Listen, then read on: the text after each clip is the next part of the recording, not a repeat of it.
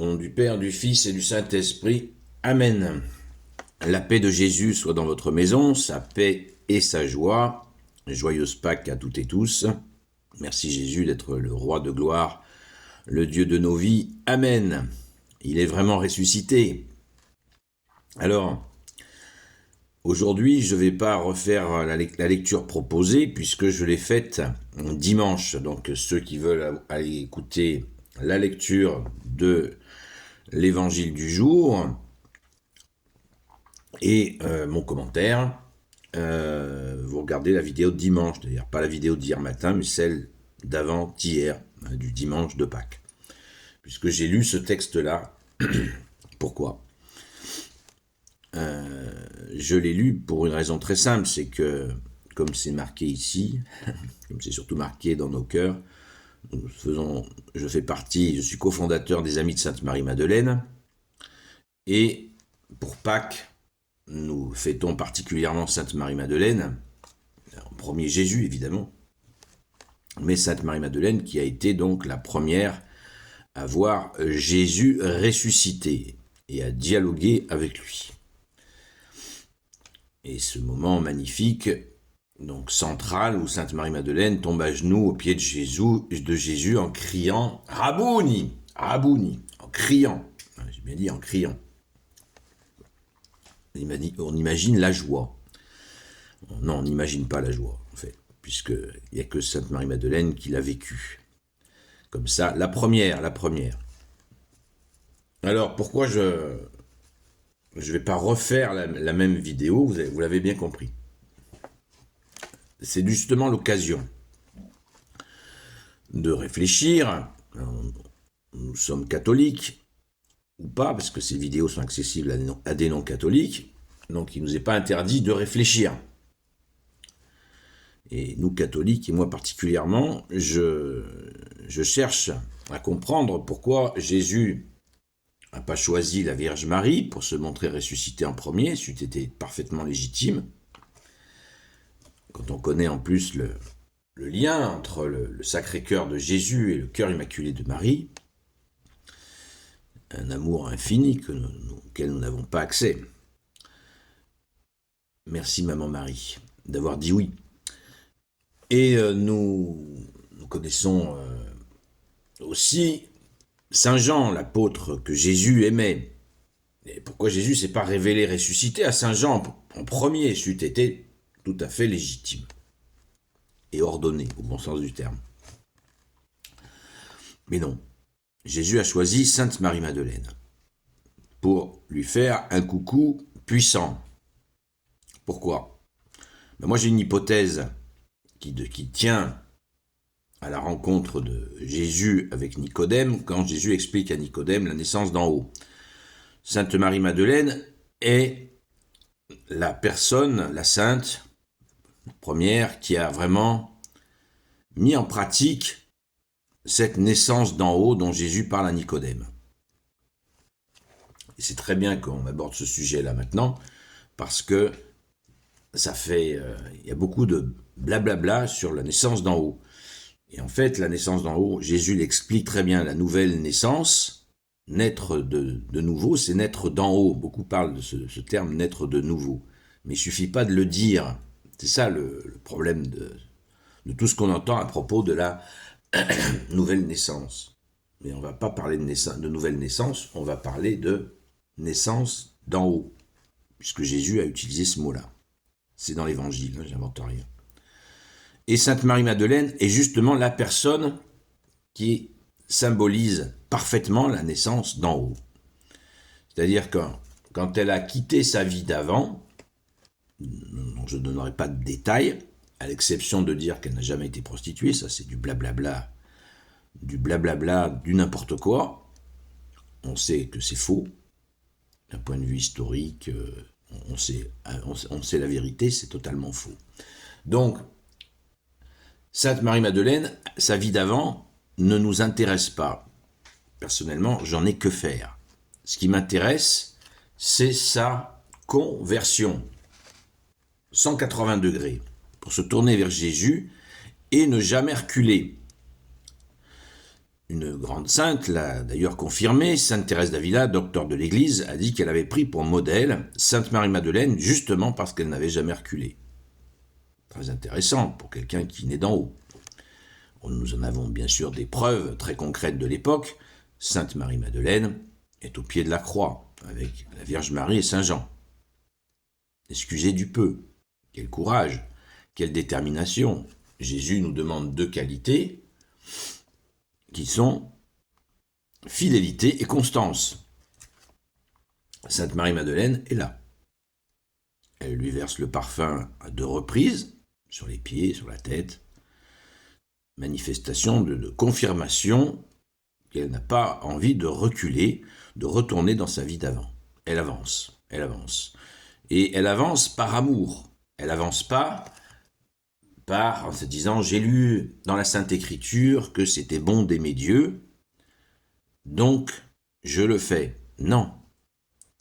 C'est très bien d'aimer Dieu et de lire dans la Sainte Écriture. Hein. Je ne suis pas en train de critiquer. Mais je dis que ce qui plaît à Dieu, à Jésus qui est Dieu par-dessus tout, c'est que nous l'aimions, non pas du bout des lèvres, mais du cœur. Du cœur, pour être en cœur à cœur avec lui. Est-ce à dire qu'il faut être parfait pour aimer Dieu? Certainement pas.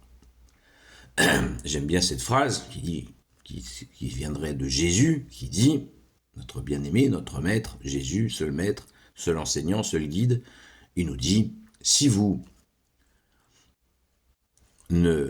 attendez d'être parfait pour m'aimer, vous ne m'aimerez jamais. Parce qu'on n'a pas grand-chose à dire de plus à ça. C'est la vérité. J'aime Jésus et je ne suis pas parfait. J'aime Jésus et je rechute. Et je me relève par la grâce de Jésus. Merci Jésus. Voilà. Donc Sainte Marie-Madeleine, elle était au tombeau, non pas parce que elle avait compris dans la Sainte Écriture que Jésus allait se relever d'entre les morts, ressusciter. Elle était là par amour. D'ailleurs, personne ne croyait à la résurrection de Jésus. On dit que la Sainte Vierge y croyait. Nous ne sommes pas dans les profondeurs du cœur immaculé de notre Sainte Mère. Et c'est ce que nous fêtons chaque samedi matin pendant l'année, quand il y a des messes le samedi matin, j'ai bien dit matin, pas l'après-midi. Eh bien, c'est ce que nous fêtons, que la Vierge Marie a cru, notre mère a cru, celle qui a cru, effectivement, que Jésus allait ressusciter. Revenons à notre sainte patronne, Sainte Marie-Madeleine, qui est là, au tombeau, comme nous le dit la lecture de ce matin, par amour. Pas du tout parce qu'elle a compris dans la Sainte Écriture qu'il allait ressusciter. Pourtant, Jésus l'a dit de nombreuses fois à ses apôtres et ses disciples, mais ils ne l'ont pas cru. Et non seulement, donc elle est là par amour, et Jésus valide ça. Nous avons une autre preuve, indiscutable, que Jésus souhaite cela, souhaite que nous rencontrions dans l'amour, et que nous restions, nous demeurions dans cet amour avec lui, dans ce cœur à cœur avec lui. Nous en avons, j'y arrivé, la preuve dans la révélation du Sacré-Cœur du XVIe siècle à la sœur Marguerite Marie, la révélation du Sacré-Cœur. Lisez-la, si vous n'avez pas compris, vous comprendrez à ce moment-là. Et Jésus a fait ce que Jésus souhaite bien avant beaucoup. Mais elle l'a fait en acte, en étant présente au tombeau. Elle pleurait, elle était là, elle était triste, elle était ravagée par le départ de son bien-aimé Dieu, Jésus qui est Dieu, qui était parti. Et Jésus s'est montré ressuscité à elle. Elle a crié « Rabouni », ce qui veut dire « maître ». Rabouni, maître. Elle a hurlé en tombant à genoux à ses pieds, en criant « maître ». Voilà, ce qui pourrait quand même calmer ceux qui parlent dans un délire absolu que Sainte Marie-Madeleine et Jésus étaient amants, totalement aberrants et idiots. Mais bon, s'ils veulent un petit peu comprendre, on ne crie pas « maître » à son chéri. Voilà, c'était une parenthèse.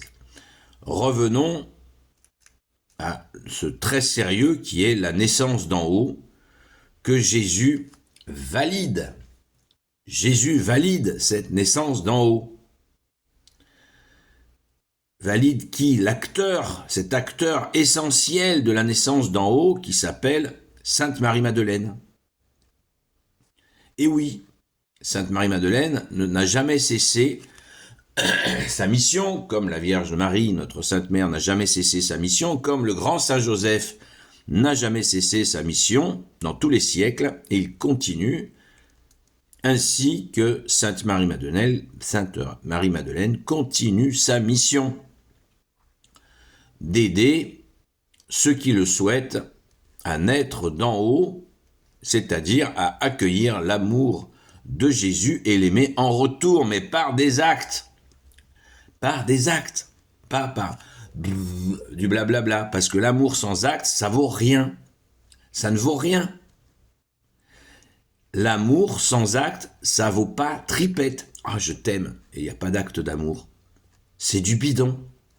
Et Sainte Marie-Madeleine, par sa présence au tombeau, pose un acte majeur, alors qu'il n'y a qu'elle.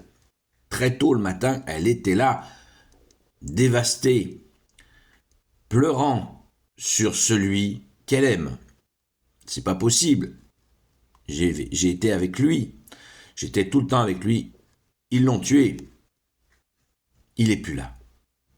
Et elle pleure sur ce lieu, ce tombeau. Petit élément de contexte, les Hébreux de l'époque faisaient un deuil de 40 jours. Imaginez l'ambiance. C'est d'ailleurs pour ça que les textes sont différents dans l'Évangile, parce que c'était le chaos. Tout le monde était complètement renversé par la rumeur de résurrection qui est devenue, bien sûr, réalité. Donc, notre sainte patronne, Sainte Marie-Madeleine, est là par amour, et Jésus valide cela. Et qu'est-ce que Jésus, pareil, bien plus encore, il va le valider aussi dans les actes, parce qu'il se révèle à Sainte Marie-Madeleine, validant qu'elle est bien notre interlocuteur de la naissance d'en haut, qui elle est totalement humaine, elle n'est pas divine, que Jésus, qui est humain et divin, Dieu fait homme, 100% homme, 100% Dieu. Et qu'est-ce qu'il fait? Comment il valide? Il valide que Sainte Marie-Madeleine a la meilleure part, comme il l'a dit lui-même à Sainte Marthe, d'adoration, d'amour pour Jésus, meilleure part. Et il va lui donner une mission à Sainte Marie-Madeleine. Va prévenir mes frères, les apôtres. Va prévenir mes frères. Voilà la mission que Sainte Marie-Madeleine a reçue. C'est pour ça que le grand, encore un docteur de l'Église, Saint Augustin, fin 3e siècle, début 4e siècle, va décréter que Sainte Marie-Madeleine est l'apôtre des apôtres. C'est une appellation qui a le mérite de reconnaître qu'elle est ce personnage choisi par Jésus, éloigné de la Sainte Écriture, mais tellement aimante, tellement dans ce que souhaite Dieu, Père, Fils et Saint-Esprit, et particulièrement avec notre interlocuteur unique, Jésus le Christ Jésus, comme dit saint Paul, eh bien, il appuie saint Augustin sur cette mission que Jésus a donnée à Sainte Marie-Madeleine. Donc, comme d'habitude, Jésus confirme les choses pour que nous ouvrions notre esprit, notre compréhension. Merci Jésus. C'est là le but. Le vrai enseignant agit ainsi. D'ailleurs, il y a un beau proverbe qui dit la pédagogie, c'est l'art de la répétition. Mais pas la répétition absurde, la répétition pour nous faire avancer. Et c'est ce que Jésus, tu fais sans cesse. Merci au grand roi. Seul enseignant, seul guide. Merci Jésus. Donc, Sainte Marie-Madeleine, part en mission, elle serait bien restée au pied de Jésus, et Jésus lui fait cette remarque, magnifique, je ne suis pas encore remonté, je ne pars pas tout de suite.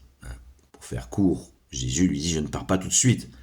Ne te mets pas en adoration devant moi, comme elle avait l'habitude de le faire, on l'a vu dans les différentes séquences de l'évangile où Sainte Marie-Madeleine est présente avec Jésus, elle est à ses pieds systématiquement. Et Sainte Marie-Madeleine est mentionnée 18 fois dans l'évangile. C'est pas rien, c'est énorme. Donc, Sainte Marie-Madeleine, eh bien, elle va donc, Jésus lui dit, c'est pas le moment de m'adorer, elle voulait pas le quitter, vous imaginez, être séparée de son amour, qui est Dieu et homme. Encore une séparation, tu renvoies Jésus, vous imaginez? Non, elle voulait pas le lâcher. Ben non, il est ressuscité, elle est là, en chair et en os. C'est pas une résurrection, c'est pas un fantôme. C'est pour ça d'ailleurs que Jésus, quand il se révèle aux apôtres, il va se montrer vivant, ressuscité aux apôtres, il leur dit, donnez-moi un morceau de poisson et un peu de miel pour que je mange, afin que les apôtres voient bien que c'est une résurrection de chair. C'est pas un fantôme. Voilà. C'est pas une vision qu'ils ont eue. C'est bien Jésus ressuscité en chair et en os. Très important. On y reviendra, cette question-là. Elle est fondamentale. Elle nous concerne en plus. Merci Jésus. Donc, Sainte Marie-Madeleine, elle part en courant, on peut l'imaginer, en courant pour pouvoir revenir le plus rapidement possible et retrouver Jésus, on peut l'imaginer, pour aller les prévenir. Voilà Sainte Marie-Madeleine et la fameuse naissance d'en haut, dont elle est l'actrice, l'actrice principale, mais aussi le modèle, comme l'a dit Sainte Thérèse d'Avila, et beaucoup de gens, certainement, avant de Sainte Thérèse d'Avila, l'ont compris et ont pris Sainte Marie-Madeleine pour modèle. Alors, nous, les amis de Sainte Marie-Madeleine, eh bien, c'est ce que nous essayons de transmettre, ce que je viens de faire. De transmettre que Sainte Marie-Madeleine nous apprend à aimer Jésus et, très important, à mieux le connaître. Car pour aimer quelqu'un, il faut le connaître. Alors, apprenons à aimer Jésus et à mieux le connaître avec Sainte Marie-Madeleine. Gloire soit au Père et au Fils et au Saint-Esprit, maintenant et toujours et pour l'éternité. Amen. Ô Jésus, toi qui peux tout et qui portes tout, toi le Sauveur, toi l'Emmanuel, je te confie toutes celles et ceux qui regarderont cette vidéo ainsi que leurs proches, selon ta seule volonté, ô Jésus. Sainte Marie, Reine des cieux, toi l'Immaculée Conception, toi qui écrases le serpent, toi qui as la lune sous tes pas, toi notre Mère Notre-Dame. Saint Joseph, toi le juste et le saint, toi le sage, toi la terreur des démons, toi le saint gardien de la Sainte Église catholique et apostolique. Sainte Marie-Madeleine, notre chère Sainte Patronne, et vous, tous les saints et saintes, amis de toi, Jésus, Saint Michel Archange, Saint Gabriel Archange, Saint Raphaël Archange, et vous, tous les anges qui te servent, ô Jésus, je vous confie toutes celles et ceux qui regarderont cette vidéo, ainsi que leurs proches, selon ta seule volonté, ô Jésus. La paix de Jésus soit dans votre maison. Ce soir, on reprend le direct à la grâce de Jésus de 20h à 22h. Et merci Jésus, d'être le roi de gloire, le Dieu de nos vies. Donc sur le TikTok, 20h, 22h, seul Jésus sauve. À très vite. Merci Sainte Marie-Madeleine.